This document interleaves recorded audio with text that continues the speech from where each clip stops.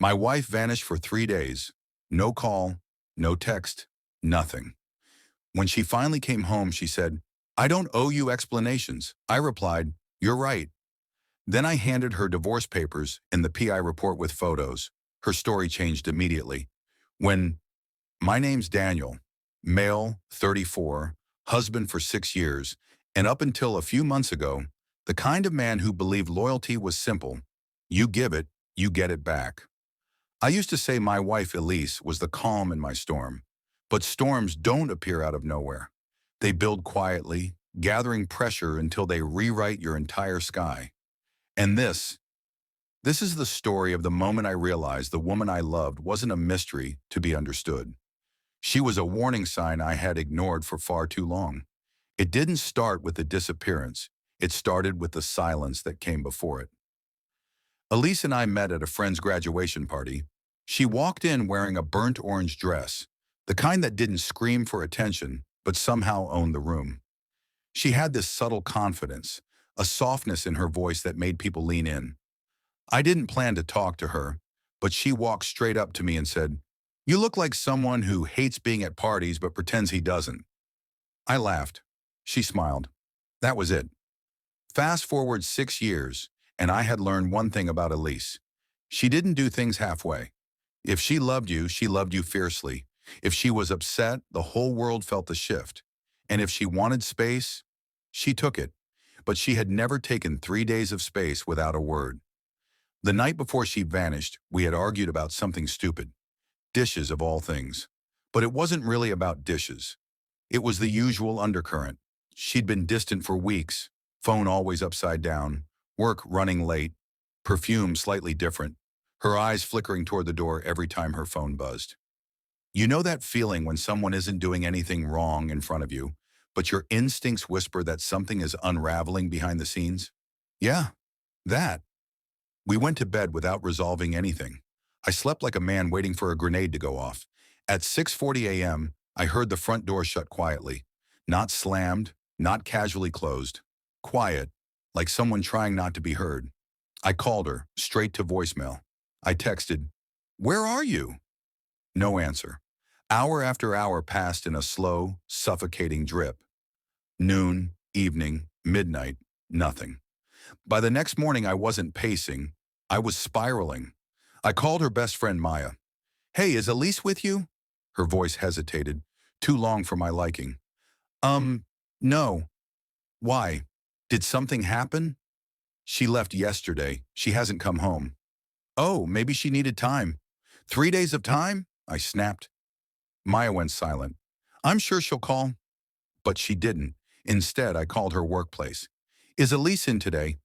The receptionist answered casually, "No, she left for her personal days. She told us she'd be unavailable."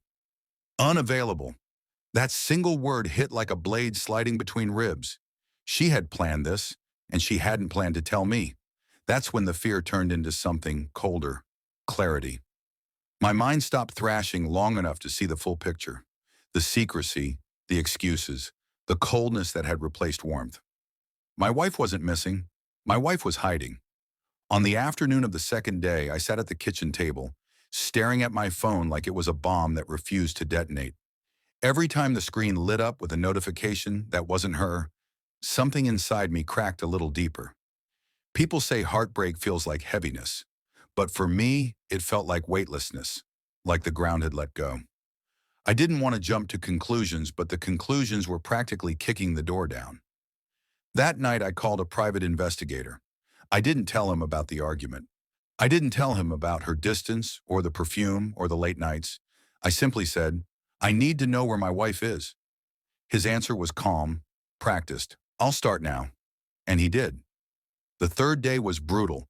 Every hour stretched. Every creak in the house sounded like keys in the door. I found myself walking toward noises that weren't actually happening. My brain kept playing scenes. Elise hurt somewhere, Elise in trouble, Elise calling out for me. But those weren't real. Those were the lies hope tells you to survive. What was real were the screenshots the PI sent at 3:17 p.m. A hotel, a lobby, a man's hand brushing Elise's back as they walked in, her leaning into him, her smiling in a way she hadn't smiled at me in a long time. I stared at the photos until my vision blurred. I didn't rage. I didn't cry. I didn't crumble. I felt nothing. Absolute nothing. That's when a certain kind of strength settles in. The strength of someone who has stopped begging for answers. I forwarded the photos to my laptop, printed them quietly, and slipped them into a folder. Then I called my attorney. "Prepare the papers," I said. There was no shake in my voice, no hesitation. I had spent 3 days drowning in a fog of uncertainty, but the moment I saw the truth, the fog cleared.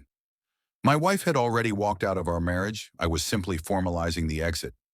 She came home at 11:52 p.m. No knock, no apologies, no tears. The door opened and Elise walked in wearing the same clothes from the photos. Her hair was slightly messed, her expression coldly neutral, annoyed even. She didn't look guilty. She looked inconvenienced. The suitcase hit the floor with a dull thud. "Don't look at me like that," she said immediately, brushing past me toward the hallway. "I don't owe you explanations for needing space." Her voice had that impatient tone she used when she wanted to end a conversation before it started. My chest burned, but not from heartbreak, from disbelief. I followed her slowly. "You were gone for 3 days. And? I needed time away from this." She gestured vaguely at me, at the house, at everything. Pressure cooker. Something inside me cooled even further. "So no call? No text? Nothing?" She rolled her eyes. "I'm an adult, Daniel. I don't need to check in like a child." I exhaled through my nose. "Right." She paused, noticing the calmness in my tone. "Right what?" I didn't answer her. Not yet. She stormed into the bedroom, tossing her keys onto the dresser and snapped, "God, you're so dramatic." I walked to the kitchen drawer, pulled out the folder, and returned to the doorway. She was kicking off her shoes when she finally turned toward me. "What?" she snapped. This was the moment. The apex. The split in the road where her lies collided with the truth I had already prepared for her. "You're right," I said, my voice level, steady, almost gentle. "You don't owe me explanations." I placed the folder on the bed between us. "Fortunately," I added, "I don't need them." Her eyes flickered, first in confusion, then in slow, dawning fear. She reached for the folder like it was hot to the touch, opening it with cautious fingertips. The photos slid out, her face drained. "Daniel," she choked. I didn't let her continue. "I gave you 3 days to tell me where you were. You gave me silence. So I found out myself." She stared at the photos, lips trembling, mind scrambling. Her voice came out as a whisper. "It's not what it looks like." There it was, the oldest line in the script. I leaned against the doorframe, arms crossed. "So tell me, what does it look like?" She opened her mouth, closed it, opened it again. It's complicated. Try me." And that's when her story began to change. Rapidly, desperately, layer by layer, lie by lie. But I didn't say a word. I didn't interrupt. I didn't even blink. Because everything she said from that moment on would determine what happened next. Not just with me, but with the PI report, the man in the photos, her friends, her job, and the police. This wasn't the end. It was the beginning of the unraveling. The beginning of the consequences she thought she'd never face. This was the trap being set. She kept staring at the photos like they were alive, like they were crawling toward her, ready to swallow her whole.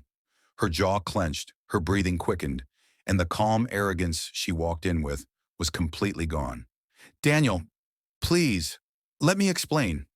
I raised an eyebrow. "Explain what? The hotel? The 3 days? The man? Or the part where you planned this and told your job you'd be unavailable?" Her mouth opened, but nothing came out. For a moment, we just stared at each other, and the silence between us was thick enough to cut. Then, as if a switch flipped, she tried again. He's just a friend. I swear. I needed time to think. I needed to breathe. I didn't want to hurt you." I laughed. Not because it was funny, but because the lie was so fragile it cracked under its own weight. "Friends don't take married women to hotels for 3 days," I said. "Try again." She stepped toward me, trembling. "It wasn't like that. I was overwhelmed." You've been so distant lately. You've been cold. You don't listen to me. You don't look at me the way you used to. He was just someone who noticed. Ah, there it was. The pivot, the shift from denial to blame. I'd been expecting it. You disappeared, I said slowly. For 3 days. You didn't call. You didn't text. You lied to your job about needing personal days. And now, this is my fault? Her eyes reddened. I didn't know how to talk to you. You didn't seem to have trouble talking to him. She flinched like the words were physical. For a second, I wondered if she would tell the truth. If she would just rip the bandage off and admit everything. But she didn't. Instead, her phone buzzed on the dresser. A single vibration. She froze. We both stared at the screen. The notification preview showed only a name. Evan. My teeth clenched. Should I open it, or do you want to? She grabbed the phone instantly, clutching it against her chest like a shield. It's not what you think, Daniel. My wife vanishes for 3 days and comes home to messages from a man I've never heard of? Tell me again how it's not what I think. Tears finally rolled down her face. Please, please don't do this. But this isn't a movie. Crying doesn't erase reality. I walked to the closet, pulled down a second folder, thicker than the first, and placed it on the bed. What's that? She whispered. The PI report, I said. Every hour, every location, every photo, every message you sent, every lie you told.